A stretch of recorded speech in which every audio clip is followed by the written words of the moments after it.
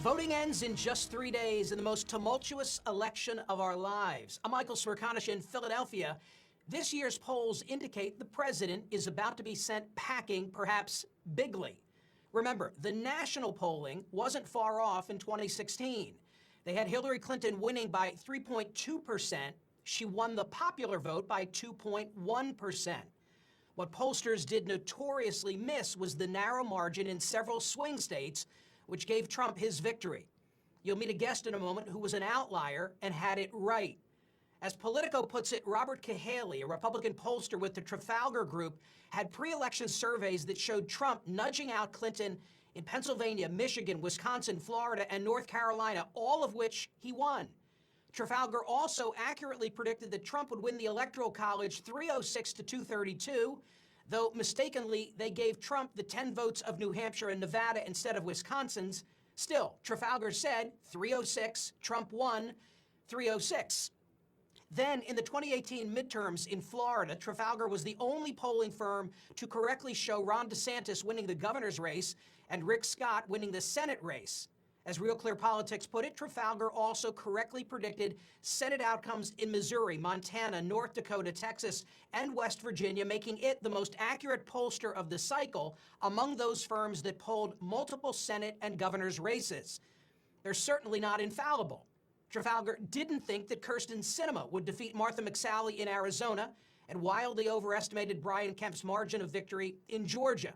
But the Trafalgar Group is again predicting a Trump victory, even though most other reputable pollsters predict a Biden victory, and even though many regard Trafalgar's methods as suspect. Currently, CNN has Biden already above the needed 270 and Trump with 163, and the rest of the states too close to call. Trafalgar, on the other hand, is saying 275 for Trump, 216 for Biden, 47 toss-up. Are they on to something? Or smoking something? Here's what Philip Bump of the Washington Post had to say about Cahaly on Dan Abrams' SiriusXM radio program yesterday.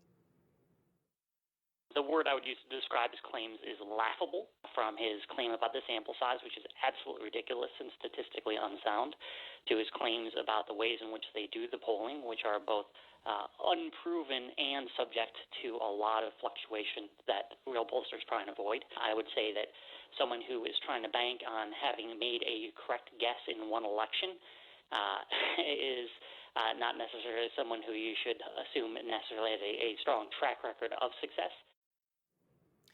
Similarly, Nate Silver of the 538 blog recently tweeted this: "I don't know exactly what they're doing, but it's not a good sign that I always know what a Trafalgar Group poll is going to say without having to open the link." Well, let's find out exactly what they are doing and why they were among the only ones to get it right last time. Joining me now is Chief Pollster of the Trafalgar Group, Robert Cahaly. Robert, people want to know if you're the broken clock of pollsters. You know, you get it right twice a day by accident, or whether you know something. So how does your methodology differ from the rest? Thanks. Good to be here. What I think you're finding is these guys are making pot shots, but clearly the fellow from the Washington Post hadn't done his research, because he said we got one election right. He didn't run through the statistic of 92.6 to the time our calls are right. That's a statistic that the Washington Post can get nowhere near in their polling. So yeah, what they're pointing to is that they think that our methodology, because it's different, is wrong. And first of all, we believe that people aren't honest with pollsters. We don't think that's wrong. We think that's the modern world. It's called the social desirability bias. It's been around for a while. It was in play in 2016, shy Trump voters. You've heard this theory. And it was certainly in play in the governor's race in Florida last year. And that's why they all got it wrong again. So it's really great that they have such strong opinions. But, you know, facts do matter. And if a broken clock is right twice a day, then you got to consider we've been right so many times that it's a group of different broken clocks, apparently. So the social desirability issue that you explain, others call the Bradley effect. I remember that race back in the 1980s against George Deukmejian. You essentially say, look, people are lying. They're lying to pollsters. Well, then how are you able to get their real feelings and emotions where others cannot? First and foremost, we do get greater sense of anonymity. The more anonymous someone is, the more honest they are. So the absolute worst way to poll these people is a live call where you have a live person asking someone would they support Trump. Everybody in your audience, everyone you know, you can think of at least a few people that support Trump that don't want to share it with anybody. Now assume they get a polling call. You think they're saying they vote for Trump? Well, now just understand that that is a national effect, and people are hesitant. Now, if they get a call that they feel like, hey, this is anonymous, I can make my feelings known, then you're much more likely to get a real answer. It's kind of like the social media account that you put your pictures of your family and your kids on, and then the one that people have that they kind of troll others on. That's their genuine emotion. That's what's going to vote. But Robert, some of the data that it's generating does seem fantastical. Here's something else that Nate Silver said. I'll put it up on the screen and allow you to respond to it. Silver said, I'm not a let's delve into the crosstabs guy, but some of the shit here is just crazy. Trump is not going to win 30% of the Democratic vote in Michigan. Biden is not going to win 25% of Republicans. Trump is not going to win independents by 32 points. Isn't he right? Those are your crosstabs, and Trump is not going to win 30% of that Democratic vote. First of all, Nate Silver doesn't understand the way Michigan works. Michigan is not a registration by party state. So the party registration is based on the local primary you vote in. So let's say you live in Wayne County. Well, you probably vote in the Democrat primary if you want to have any say-so in county government, and yet you're voting for Trump. There's another person who is technically classed as Democrat who voted for Trump. Your lack of party registration means that your party is reflected by what local primaries you vote in. Everybody in America can relate to having to vote in a specific primary to participate at a local level while having different national feelings. And maybe if Nate understood the way the voter file worked, he'd see it differently. Here's another one, and these are guys that speak your language. I hope this isn't going to be above the rest of it. David Wasserman from the Cook Political Report. David Wasserman, to me, the fact that Trafalgar is publishing ridiculous 60-person crosstabs of Pennsylvania's 18 districts is the biggest tell they don't really know what they're doing. What's your response to that? I don't see how, if you add up all the crosstabs, you certainly get to the point where you have the full 1,000-person sample. I mean, they're attacking the sample size.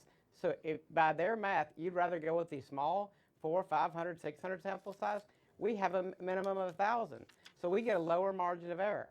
So, you know, I'm sure there are lots of guys like that who spent, back in the day, were these Pony Express defenders who were attacking the telegraph lines. But they're going to be proven to be wrong again. And then we're going to see who knows what they're doing and who doesn't. Pennsylvania, I'll put this on the screen. Let me show you where the CNN poll of polls is and where you are. You show it at 48.4 to 47.6, essentially a tie. CNN says it's a 7-point race. Let me move on to Wisconsin next. Wisconsin, a huge outlier, 47.1 to 47.5. You've got Wisconsin by 9 pardon me, CNN has Wisconsin by 9 for Joe Biden. Wherein lies that disconnect? A 9-point race or a dead heat? I like my record versus CNN polls in the last 2 cycles. I'll stand by that. On Wednesday morning, you're either going to be someone with egg on his face or someone who I guess is, again, going to be able to say, I got it right. The charge is that you're in the tank for Trump. Respond to that. Well, then explain why in 2018 we called quite a few races that the Republicans really wanted to win, like John James. I think John James is a great guy, but Debbie Stabenow was going to win, and we called that right better than anyone else. We dismissed the challenge against Joe Manchin in July as being ineffective and called the race for Manchin. We predicted Evers would defeat the Scott Walker in Wisconsin, and we also called that Tester would defeat Rosendale in Montana when all the Republicans wanted Rosendale to win. So why would I do that? I care more about getting it right. These guys make money serving a client. Our client, our only focus is getting it right because that's where our private sector business comes from. We're not pushing any media or paid political agenda. And we don't live by the click. I know that it's not inexpensive to be in the field in all these battleground states? Who pays for the data that I've just shared with the CNN audience? When we put a presidential poll, everything is on our social media. If we put a presidential poll out and we don't list a partner, then we pay for the presidential question ourselves.